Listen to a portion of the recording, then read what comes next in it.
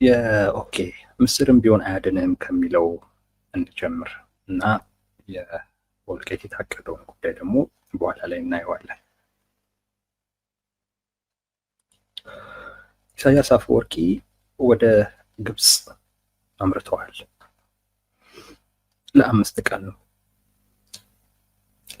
ቀን ነው የሄዱት። እንግዲህ ሽፋኑ በዋናነት ግብፅ የምታስመርቀው አንድ ሙዚየም አለ።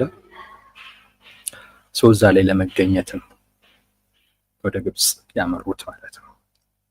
ግን ብዙዎች እንዳሉት እኔም እንደማምነው የሄዱበት ምክንያት ሰሞኑን ጠቅላይ ሚኒስትር አብይ አህመድ ፓርላማ ላይ ካደረጉት ንግግር ጋር የተያያዘ ነው።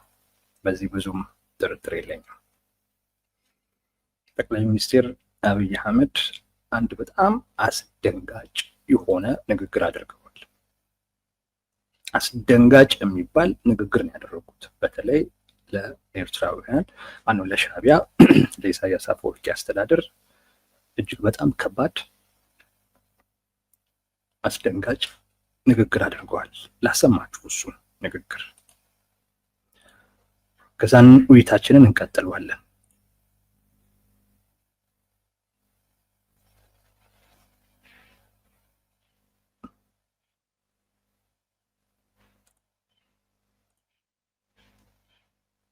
ህዝብ እንዲያምፈልገው ግን ጥያቄው ስናነሳ አንዳንድ ሾርት ስለሆነ ሚሞሪው ዛሬን ብቻ ስለሚያስብ ትንሽ ዳራው ልስጣችሁ። መጀመሪያ ኢትዮጵያን የቀይ ባህር አክሰስ ያሳጣው ውሳኔ ማን ወሰነው?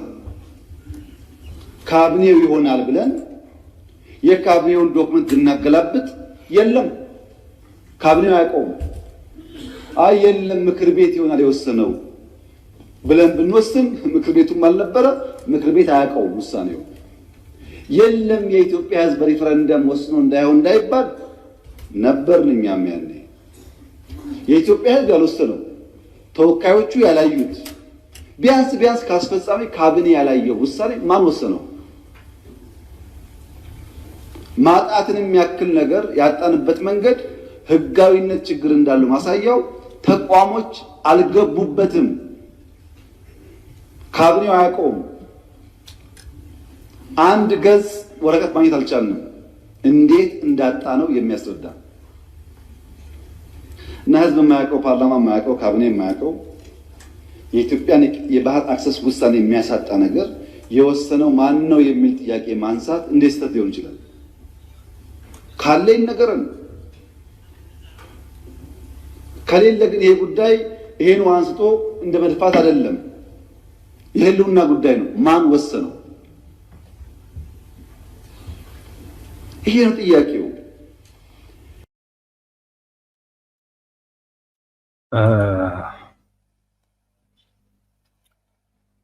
ምን አይነት ውሳኔ ነው? ድጋሚ ስሙት አንዴ። እንዲያምፈልገው ግን ጥያቄው ስናነሳ አንዳንድ ሾርት ስለሆነ ሚሞሪው ዛሬን ብቻ ስለሚያስብ ትንሽ ዳራው ልስጣችሁ። መጀመሪያ ኢትዮጵያን የቀይ ባህር አክሰስ ያሳጣው ውሳኔ ማን ወሰነው? የቀይ ባህር አክሰስ ያሳጣውን ውሳኔ ማን ነው የወሰነው? ኢትዮጵያን የቀይ ባህርን አክሰስ ወይም ከቀይ ባህር እንድትገፋ ያደረጋት ውሳኔ የትኛው ውሳኔ ነው? የኤርትራ መገንጠል አይደለም? የኤርትራ መገንጠል። ይኸውላችሁ ጠቅላይ ሚኒስቴሩ አንድ አዲስ ነገር ነው እየተናገሩ ያሉት። ለምሳሌ ብዙዎቻችን ደጋግመን የተናገርነው ነገር አለ። ኤርትራ የተገነጠለችበት መንገድ ስህተት ነው። ምክንያቱም በወቅቱ በኢትዮጵያውያን የተመረጠ መንግስት አልነበረም፣ የነበረው የሽግግር መንግስት ነው እንላለን። ብዙዎቻችን የምንለውን ነው ነገር።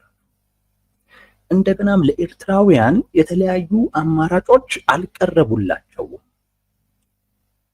እንላለን። ብዙ ጊዜ እነዚህን ጠቅሰን ነው ኤርትራ የተገነጠለችበት ወይንም ኢትዮጵያ ከባህሯ የተገፋችበት ሁኔታ የተፈጠረው ስህተት ነው የምንለው እሱ ነው። ጠቅላይ ሚኒስቴሩ ግን ስለ ህዝበ ውሳኔው አይደለም የሚያወሩት። አሁን እዚህም ላይ አንድ ሰው ቡትሮስ ጋሊ ምናምን ይላል። ህዝበ ውሳኔውን ያደራጀው በወቅቱ የነበረው የሽግግር መንግስት ነው። ዩናይትድ ኔሽን ተከታትሎታል፣ ተገኝቶ ተከታትሎታል። ጠቅላይ ሚኒስቴሩ እያወሩ ያሉት እሱን አይደለም። እያወሩ ያሉት ህዝበ ውሳኔ ይደረግ ብሎ የወሰነው ማን ነው? የእሳቸው ጥያቄ እሱ ነው። ማን ነው የወሰነው? የወሰነ አካል አናቅም። ፓርላማ ኖሮ ፓርላማው ህዝበ ውሳኔ ይደረግ የኤርትራውያን የመገንጠል ጥያቄ አንስተው ላለፉት 30 ምናምን ዓመታት ትግል ሲያደርጉ ነበረ። ስለዚህ ለሰላም ሲባል ይሄ ነገር በህዝበ ውሳኔ ይለይለት ይወሰን ያለው አካል የለም ነው። ፓርላማው በዚህ ደረጃ አሁን ባልኩት ልክ ተወያይቶ አልወሰነም ነው።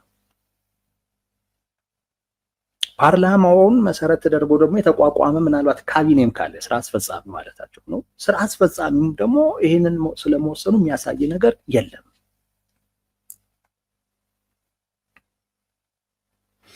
አንድ ወረቀት አጣን ህዝበ ውሳኔ ይደረግ ብሎ የወሰነ አንድ ወረቀት አጣን ነው እያሉ አዲስ ነገር ነው እየነገሩ ነው ያሉት። ኢቭን የወሰነም አካል አልነበረም። ማን ነው ህዝበ ውሳኔ እንዲደረግ የወሰነው?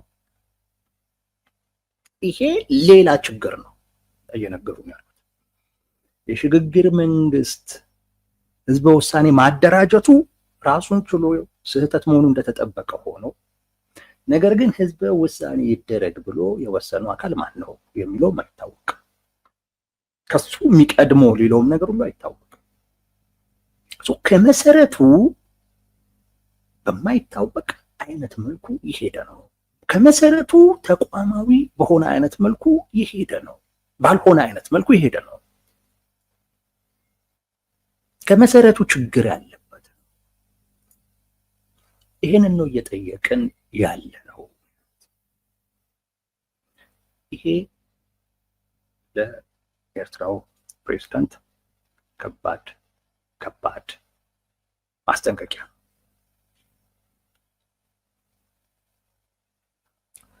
ቅርብ ጊዜ ሆርን ሪቪው በሚል ሀገር ውስጥ ባለ አንድ ድረገጽ ላይ እንደዚህ አይነት ጽሁፎች ይወጡ ነበር።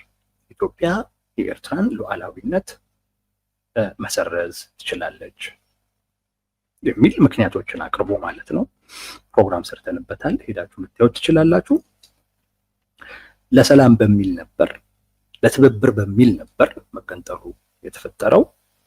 ያ ውጤት ካልመጣ ይልቁንስ ከሱ በተቃራኒ የሆነው ውጤት ተባብሶ ከቀጠለ፣ ጦርነቱ ምኑ ከቀጠለ ውሳኔዋን መቀልበስ ትችላለች የሚል መከራከሪያ እዛ ድረገጽ ሊወጣ ነበር።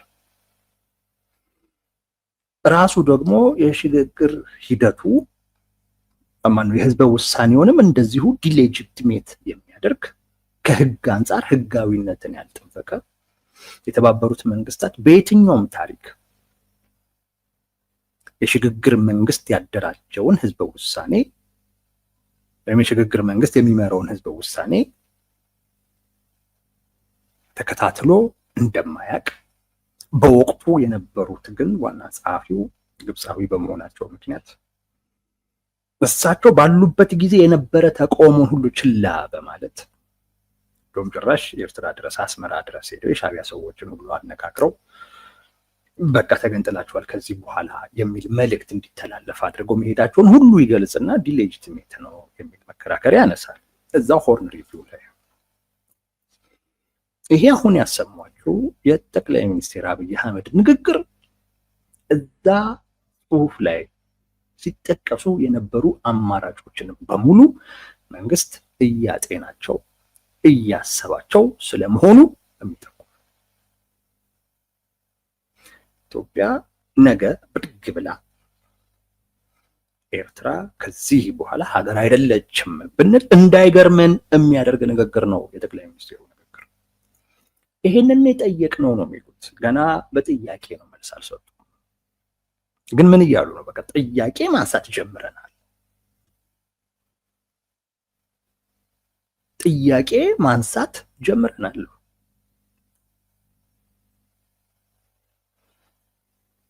ይህን ጥያቄያችንን በአግባቡ የሚመልስ ነገር ከሌለ ጥያቄውን መሰረት አድርገን የምንወስናቸው ውሳኔዎች ይኖራሉ። ኤርትራን እንደ ሀገር አናውቅም የሚል ሊሆን ይችላል። እሱ ይጠበቃል። መሰረታዊ የሆነው ኤርትራን እንደ ሀገር ያቋቋማትን ጉዳይ ነው ጥያቄ ያነሱበት ያሉት። አንዳንዶቻችሁ እዚህ ስለ አልጀርስ ስምምነት ምንም ጠይቃችሁ ይታወቃላችሁ። አልጀርስ ስምምነት የሁለት ሀገራት ስምምነት ነው። ኢትዮጵያና የኤርትራ የሁለት ሀገራት ስምምነት። አሁን ኢትዮጵያ የኤርትራን ሀገርነት መጠየቅ ጀምራለች። ሀገርነቷን ማለት ነው። የአልጀርስ ስምምነት አደጋ ውስጥ ነገ ከነገ ወዲያ የኢትዮጵያ መንግስት ብድግ ብሎ የአልጀርስ ስምምነትን አላቆም ሊል ይችላል። ወይም ስለ አልጀርስ ስምምነት የምናስወራው ኤርትራን እንደ ሀገር አላቃትም ሊል ይችላል። ፓርላማው ላይ የተላለፈው ይሄ ነው። ፓርላማው ላይ በጠቅላይ ሚኒስቴሩ አንደበት ለዚያውም በድፍረት ቃሌ ፊርማ ነው የሚሉ ጠቅላይ ሚኒስቴር የሀገሪቱ ፈላጭ ቆራጭ ማለት ይቻላል ያሉት የኤርትራን ሀገር የሆነችበትን መንገድ መጠየቅ ጀምረናል ብቻ አይደለም፣ ብንፈልግ መልስ አጣ። ስለዚህ በቃ መልስ አጣን ብለን እንደዚህ አንደፎም ነው። እንደዚህ ዝም ብለን አንደፎም የህልውና ጉዳይ ነው። ምን እናደርጋለን ነው እሱን ተከትለን የምናደርገው እርምጃ ይቀጥላል። ኢሳያስ አፈወርቂ በቴሌቪዥን መስኮት ይህን ከሰሙ በኋላ ወይንም ይህ ፓርቲ ተቆርጦ እንዲሰሙ ከተደረገ በኋላ ግብጽ መሄድ አለብኝ ብለው ወሰኑ። ግብጽ መሄድ አለብኝ ለምን የሚለው ነው እንግዲህ ትንሽ ሊያነጋግር የሚችለው። ለምን ወደ ግብጽ መሄድ አስፈለገ? እንግዲህ ምናልባት የግብጽ ጋር ወረቀት ከኖረ አላውቅም። ጠቅላይ ሚኒስትሩ እየጠየቁ ነው። አንድ ወረቀት አጣን ነው እያሉ እንግዲህ ግብጾች ጋር የሆነ ደብዳቤ ካለ ወይ እሱን ለማምጣት ይሁን አናውቅም። ለምን እንደሄዱ ግን የጉዳዩ ባለቤት ግብጽ ስለሆነች ይሄ አሁን ጠቅላይ ሚኒስትሩ ያስተላለፉት መልእክት በቀጥታ የጉዳዩ ባለቤት ማነች? ግብጽ ነች። ኢትዮጵያ በሴራ ተቋማዊ ባልሆነ አይነት መንገድ፣ ህጋዊ ባልሆነ አይነት መንገድ ከባህር እንድትገፋ ሀሳቡን ሁሉ የጠነሰሰችው ለዛም የሰራችው ግብጽ ነች። ጉዳዩ ግብጽን የሚመለከታል። ኢሳያስ አፈወርቂ ያን ተልዕኮ አስፈጻሚ ናቸው። እንደውም ከኛ በላይ ይሄ የሚያሳስበው ግብጽን ነው።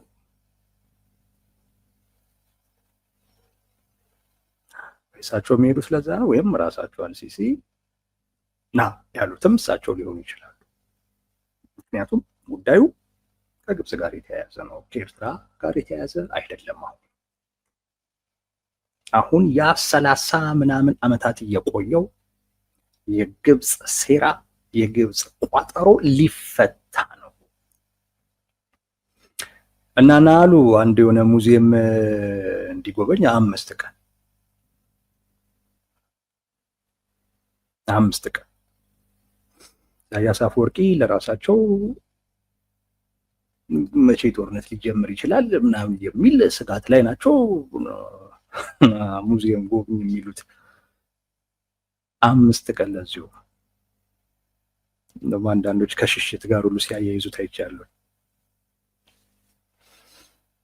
ከባድ ጉዳይ ነው የገጠመን ነው። ቀላል ጉዳይ አይደለም ነው።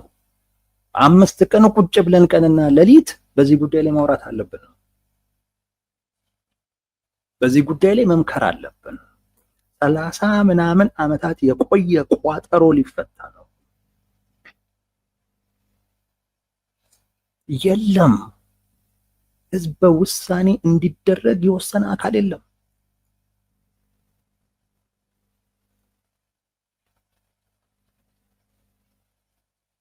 ይሄ ናናናና አሉ አልሲሲ። ይሄ ጉዳይ የኔ ጉዳይ ነው። የኔ ጉዳይ ነው። ከኤርትራውያን ጋር የሚያያዝ አይደለም። ቀጥታ ከግብፅ ጋር የሚያያዝ ጠቅላይ ሚኒስቴሩ የተናገሩት ነገር ቀጥታ የሚመለከተው ግብፅ ነው።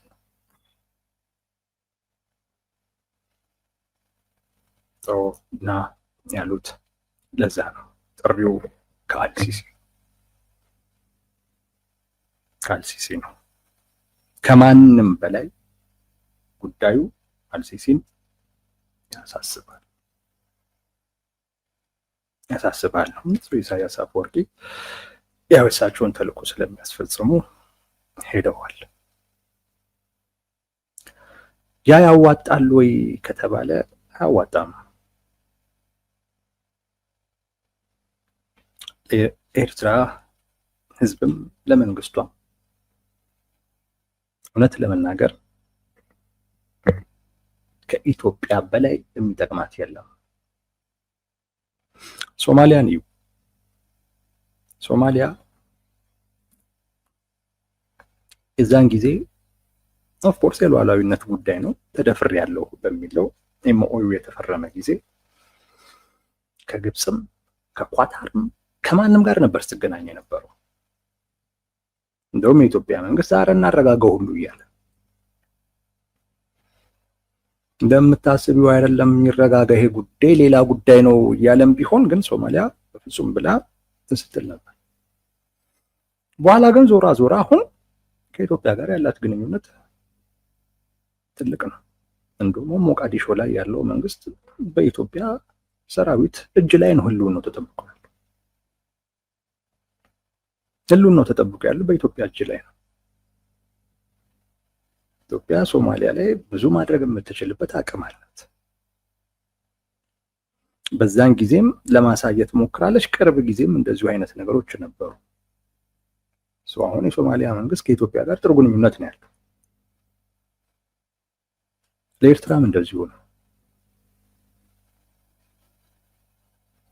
ለኢትዮጵያም ተመሳሳይ። ለኢትዮጵያም ኤርትራ፣ ጅቡቲ፣ ሶማሊያ፣ ኬንያ፣ ሱዳን እነሱ ናቸው የበለጠ የሚጠቅሟት።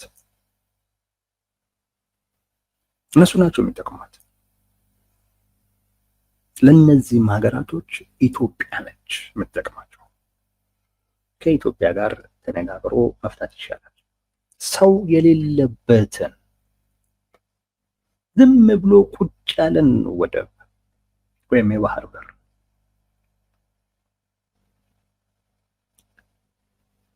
ምን አለበት ኢትዮጵያ ብትጠቀም? ምንድነው ችግሩ?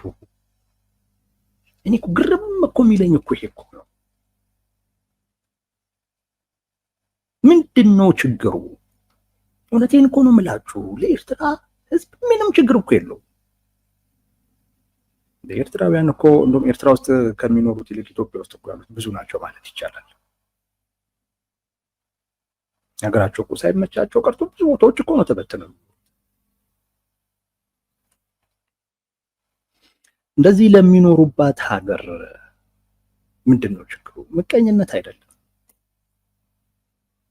አንዳንዶችም የምቀኝነት ነገር ያደርጉታል። አይደለም፣ በራሳቸው አይደለም የሚወስኑት። ኢሳያስ አፈወርቂ በራሳቸው አይደለም የሚወስኑት። የግብፅ ጉዳይ ነው። የምስር ፕሮጀክት ነው። የግብፅ ፕሮጀክት ነው። ኢትዮጵያ ወደ ቀይ ባህር እንድትወጣ አይፈልግም። በፍጹም አይፈልግም። እንደ ስጋት ነው የምትታየው። ኢትዮጵያ ሁሌም መድሀ ያለባት፣ ኢትዮጵያ በውስጥ ጉዳዩዋ ላይ ሁሌ ጊዜም እየተላፋች ነው መኖር ያለባት። ይሄንን ተልእኮ ተቀብሎ የሚያስፈጽም ነው የኢሳያስ አፈወርቂ አስተዳደር።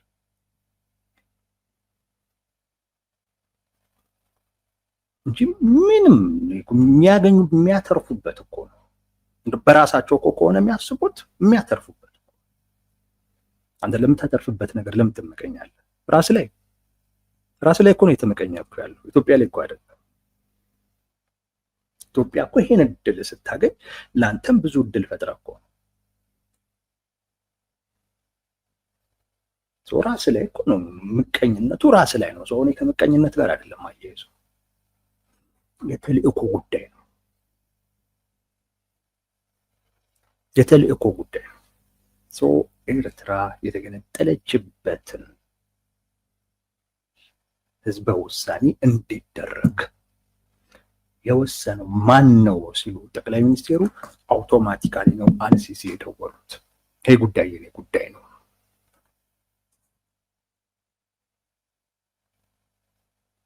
ይሄ ጉዳይ የግብፅ ጉዳይ ነው። ግብፅ ምን አስደነገጣት? በዚህ የእሷ ጉዳይ ባይሆን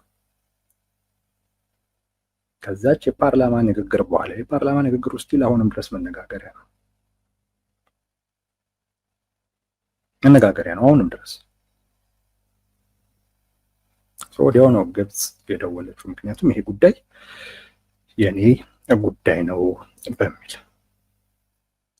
እንግዲህ ግብፅ ተቀለብሰው ይሆን የምናየው ነው። ለግብፅ መላላክ ግን አያድንም። ግብፅ ማንንም አድና አታውቅም። ማንን ለግብፅ መላላክ አያድንም። ምስርም ብትሆን አታድንህም ነው ጠቅላይ ሚኒስቴሩ እንዳሉት። አንዳንዶችን ከጦርነት አዋጅ ጋር ምናምን አያይዘው የኛው ሰዎች ሲያወሩ አይቻለሁ። እውነት አይደለም እንዴ? ዩክሬንን ማን አስጣላት? ማን አስጣላት? ይሁን ድረስ ችግር ነው።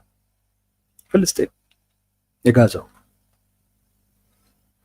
መቼም ከዛ በኋላ መፍትሄ መጣ ሊባል አይችልም። ያ ሁሉ ውድመት ከወደመ በኋላ ጥግ ድረስ እኮ ድማ ነው። ግብፅ አታድንም፣ ማንንም አታድንም። ግን ጉዳዩ ግን እሷን ራሷን በትክክል የሚመለከት ጉዳይ ነው። እንግዲህ የምታድን ከሆነ እናየዋለን። በዚሁ ነው መሰለኝ ወልቃይትን ጉዳይ። ወልቃይት ላይ ቀጣይ ሳምንት ጦርነት ለመክፈት ቲፒኤልኤፍ ተዘጋጅቷል የሚል መረጃ ወጥቷል። ይህ መረጃ ወልቃይት ላይ ካለ አንድ ከፍተኛ አመራር የመጣ ነው። ዝም ብሎ የሚተው አይደለም። ከጸጥታ ጋር በተያያዘ ያለ ሰው ነው፣ ያለ አመራር ነው። አመራሩ ይህንን መረጃ ይፋ ያደረገው ማለት ነው። ቀጣይ ሳምንት ማለት ያኛው ጦርነት የተጀመረበት 5ኛ ዓመት ማለት ነው። የፕሪቶሪያ ስምምነትም የተፈረመበት 3ኛ ዓመት ማለት ነው እና በዛው ወቅት አካባቢ ላይ ቲፒኤልኤፍ በወልቃይት በኩል ጦርነት ሊጀምር አቅዷል እየተባለ ነው። እንግዲህ አመራሩ ይህንን መረጃ አውጥቷል። ሙሉ በሙሉ ትክክል ነው ብለን ባንወስድም ግን ሊሆን እንደሚችል ግን መገመት አይከብድም። ምክንያቱም ቲፒኤልኤፍ በየጊዜውም ቢሆን ጦርነት ሊጀምር እንደሚችል እየተናገረ ነው፣ ዝግጅቶችን እያሳየ ነው።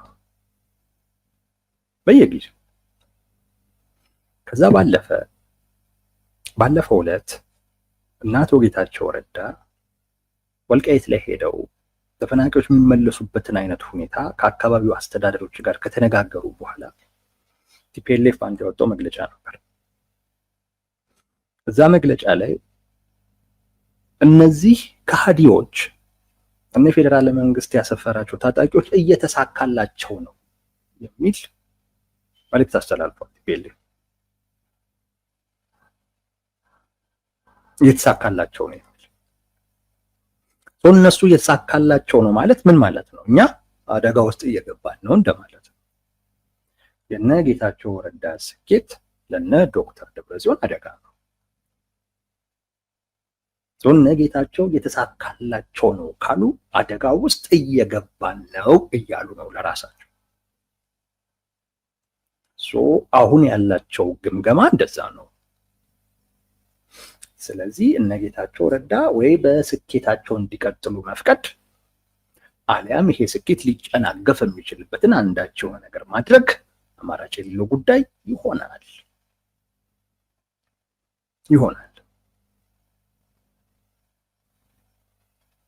ስለዚህ ሊሆን ጦርነቱን ቀጣይ ሳምንት ላይ ሊጀምሩ የሚችሉበት እድል አለ። በነ ጌታቸው ረዳ በኩል እየተደረገ ያለው እንቅስቃሴ እያሰጋቸው አደጋ እየሆነባቸው እያዩት ዝም ይላሉ ብለን ካላሰብን በስተቀር ይሄንን ሊያበላሽ የሚችል የሆነ አይነት ነገር እንቅፋት ወይም ጋሬጣ የሚሆን አይነት እንቅስቃሴ ውስጥ መግባታቸው አይቀርም። አንዱ እንዳስብ እያደረገኝ ያለው ጉዳይ ይሄ ነው። ሊያደርጉት ይችላሉ የሚል። ሁለተኛው ከሱዳን ውስጥ ካለው ጉዳይ ጋር የተያያዘ ነው። ትላንት ነግሬያችኋለሁኝ። የአርኤስኤፍ የሚባለው የራፒድ ስፔሻል ፎርስ የሚባለው የሐሚቲ ጦር የሚባለው ድል እየቀናው ነው። በትልልቅ ሀገራቶች በኩል ራሱ ይሄ አካል ስልጣን ሊይዝ የሚችልበት ወይም ሱዳንን ሙሉ በሙሉ ሊቆጣጠር የሚችልበት እድል አለ ተብሎ አሜሪካ የአልበሽር ወይንም ደግሞ ይሄ ሙስሊም ብራዘርሁድ የሚባሉ የነሱ የሚመሰርቱትን መንግስት አልቀበልም የሚል አይነት ማሳሰቢያ እያወጣቸው። የአሜሪካ ስጋት ዝም ብሎ የመጣ አይደለም። ያለውን ነገር ገምገመው ይሄ አርኤስኤፍ የሚባለው የሐሚቲ ጦር ሱዳንን ሊቆጣጠር የሚችልበት ጥንካሬ ላይ እና እድሎች እንዳሉት ተገንዝበው ያወጡት የስጋት መግለጫ።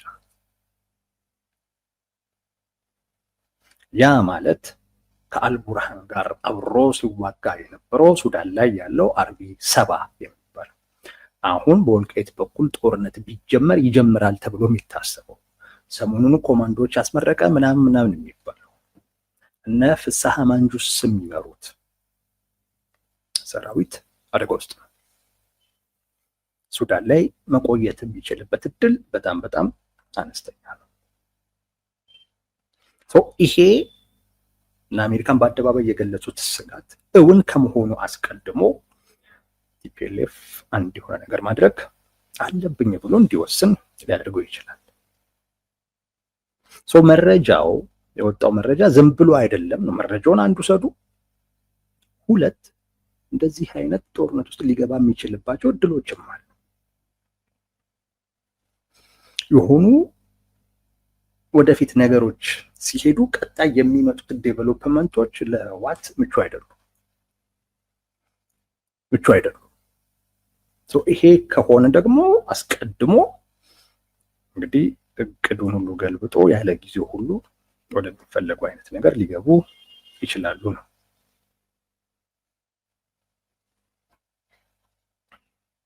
አሉ ጦርነት እንዲጀምሩ የሚያደርጓቸው ነገሮች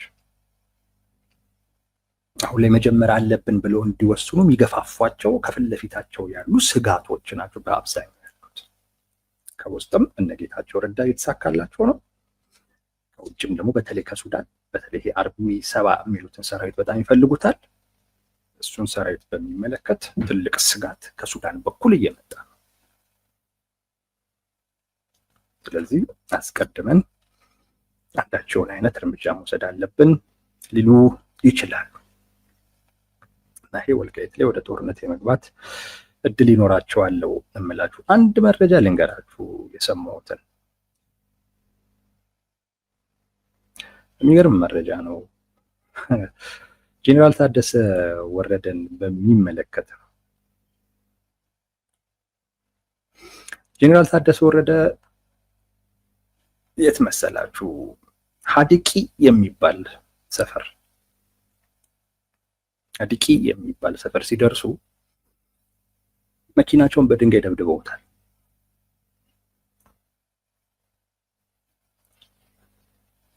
መኪናቸውን። ሀዲቂ የሚባል ሰፈር ነው፣ ያላቆም አካባቢውን ግን በጣም ብዙ የድንጋይ ናዳ ነው የወረደበት መኪናው።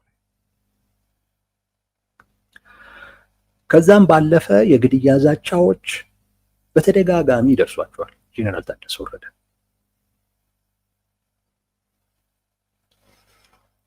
እና ኢቭን ጠባቂዎቻቸው ራሱ እየመከሯቸው ነው በሆነ አይነት መንገድ እንዲወጡ። ነገር ግን በሰራዊቱ አንዳንድ ሰዎች በኩል ይህንን በሚያስተባብሩት እነ ፍስሐ ማንጁስ ናቸው ይህንን የሚያደርጉት ተብሎ ይታማል። እነ ፍስሐ ማንጁስ ግን በየትኛውም አይነት መንገድ በየትኛውም አይነት ሰበብ ከትግራይ እንዳይወጣ ወስነዋል።